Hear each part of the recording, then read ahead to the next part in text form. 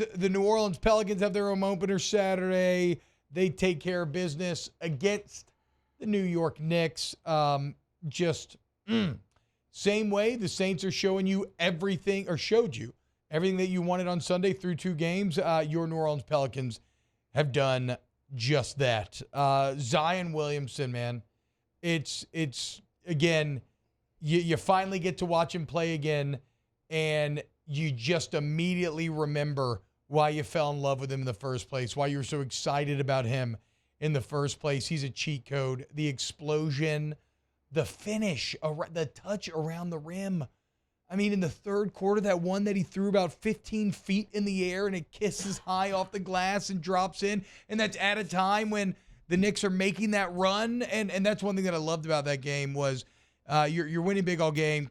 Third quarter, Knicks start to make a run. Suddenly they're in like 7-6, and that's like the classic, like, oh, here we go again, Pelicans. And when Zion steps up, comes up with the big 3-point play and that high kiss off the glass. You have Brandon Ingram with a couple of great plays to end the third, and then Jonas comes out and just shuts the door at the beginning of the fourth. So they, too, having some mental toughness displayed. But again, Zion, man, sunning Julius Randle. Watching Julius Randle sag like 15 feet back from Zion and still not be able to contain or stop the explosion and the run-up. It's just, he's unstoppable, man. And it's fantastic to watch. Mario, I want to ask you about some of the rotation in this game, because I did not have Matt Ryan playing 26 minutes and Larry Nance only played 16. You only had Kyra Lewis play 10. Hawkins played 18.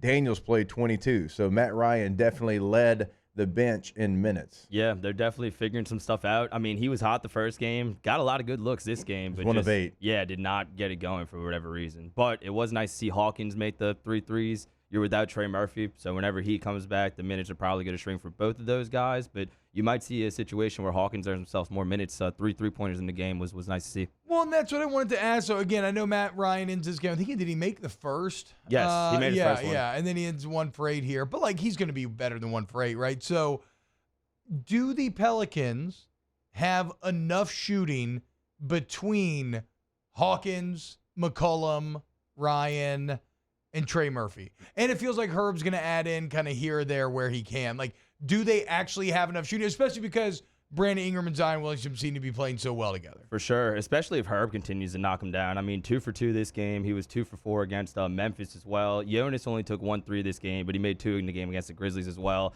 Just the addition of those 2 guys that you mentioned is huge. And yes, Ryan was off, but you could definitely see the gravity. He had one play where he did a pump fake, and your boy from the Knicks went flying like 20 feet past him. So even if their shots are not getting knocked down, it definitely spreads the floor for Zion and for BI, and you saw that in their stat line.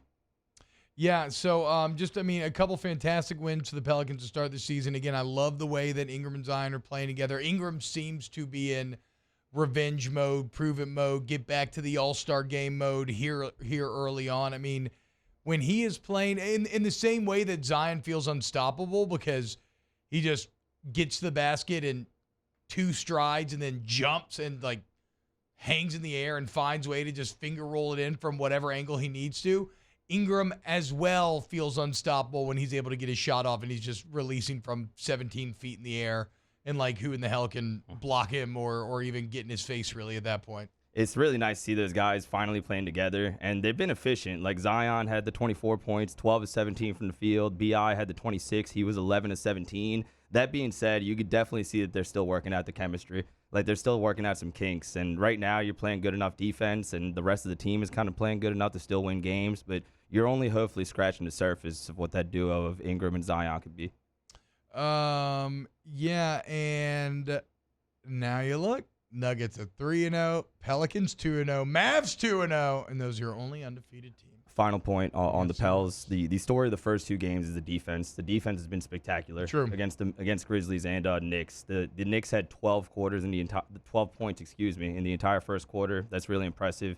And Herb Jones, so fun to watch on defense. Like if you watch the game Saturday, he was all over the place. Had the block on R.J. Barrett on a 3-pointer, held Jalen Brunson to 4 of 14 shooting. That was his main matchup. And it seems like he's getting better and better on defense every season, which is really saying something. Made an all defensive team yet? Not even second team. Okay, so this is the year then. Yes. This is the year. Will not be denied.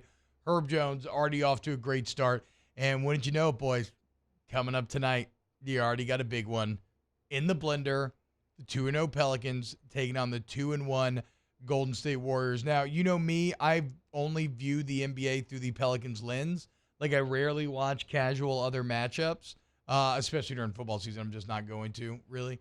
But, well, you got CP3 coming off the bench. Are the Warriors fully healthy? What are we talking about Yes, they are fully healthy. I know Draymond was dealing with an illness, so we'll wait on his status. But Steph Curry's going to play. Thompson's going to play. CP3 should be playing. And it's the first time Curry's playing against the Pelicans in New Orleans since 2021.